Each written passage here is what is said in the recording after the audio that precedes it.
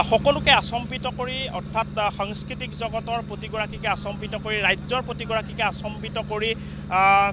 ৰমেন বৰুৱা যিহেতু সন্ধানহীন হৈছে আজি 4টা দিন 3 দিনে অবিৰতভাৱে অসম আৰক্ষীৰ তৰফৰ পৰা SDRFৰ NDRFৰ তৰফৰ পৰা ব্ৰহ্মপুত্ৰৰ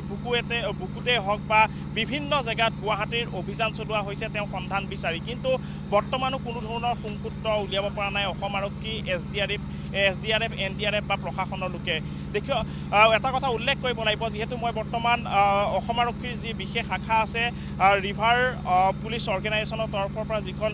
বিশেষ বাহন সেই বিশেষ বাহনেৰে ব্ৰহ্মপুত্ৰৰ ভৰা ব্ৰহ্মপুত্ৰৰ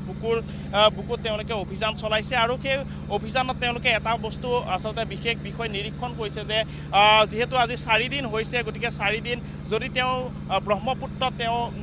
নামিছে বা এনে ধৰণৰ যদি ব্ৰহ্মপুত্ৰত নিজকে সমৰ্পিত কৰা যি তেওঁ সিদ্ধান্ত যদি লৈছে গতিকে এই সিদ্ধান্ত যদি লৈছে হয়তো তেওঁৰ বডি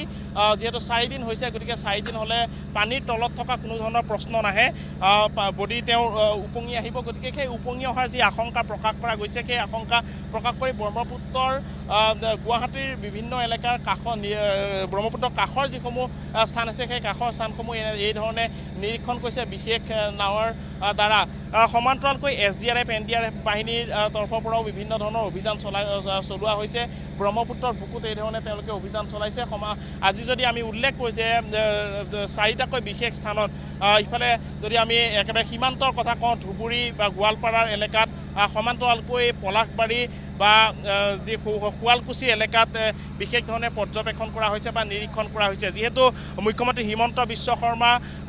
গুৱাহাটীৰ আয়ুক্ত দিগন্ত বৰাই তৎপৰভাৱে সকলোকেই বা প্ৰশাসনৰ লোকক বা আৰক্ষীৰ বা SDRF NDRF বাহিনীৰ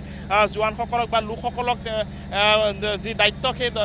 অভিযানৰ যি দায়িত্ব সেই দায়িত্ব দিছে আৰু সেই অভিযান তীব্ৰতৰভাৱে কৰাৰ বাবে তেওঁলোকক নিৰ্দেশনা জাৰি কৰিছে গতিকে সেই নিৰ্দেশনাৰ পিছতে দেখিব পোৱা গৈছিল যে অবিৰতভাৱে দিনে নিশাই যি SDRF বাহিনীৰ বা NDRF বাহিনী বা অসম আৰক্ষীৰ যি দল অভিযানকাৰী দলে অভিযান তীব্ৰতৰভাৱে বিভিন্ন স্থানত তেওঁলোকে চলাইছে আমি যদি কওঁ যে ব্ৰহ্মপুত্ৰৰ বুকুতো বিভিন্ন স্থানত তেওঁলোকে অভিযান চলাইছে